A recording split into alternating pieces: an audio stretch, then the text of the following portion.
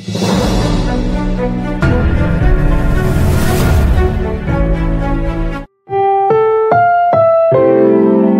programang ito ay rated SPG. Striktong patnubay at gabay ng magulang ang kailangan. Maaaring may masiselang tema, lengguwahe, karahasan, sexual, horror o droga na hindi angkop sa Welcome back mga ka-episode plus at narito mga dapat nating abangan dito nga lang sa abot kamay na pangarap kung saan itong ang si Justin ay tinanong nga ng kanyang ama kung anong plano nga nito sa tunay nga niyang ina na si Giselle. Nasabi nga nito ni Justin na Pasko naman nga raw at gift giving kaya naman magugulat nga raw ito sa ibibigay nga niya at magkikita nga sila nito kasama sina Annalyn. Malalaman naman ito ni Moira na lumantad na nga ang anak nga nito ni Giselle at malakas ang kutob nga nito na hindi nga ito kilala nito ni Pepe. Kaya naman, alam nga niya na mapupunta ang lahat ng majority ng kayamanan nga nito kay Zoe. At wala namang pakialam ito nga si Zoe sa kayamanan. Sa kabilang banda naman nga, ibibigay na nga nito ni Justin ang clip na binigay nito ni Giselle noon kung saan ipinaalala nga niya rito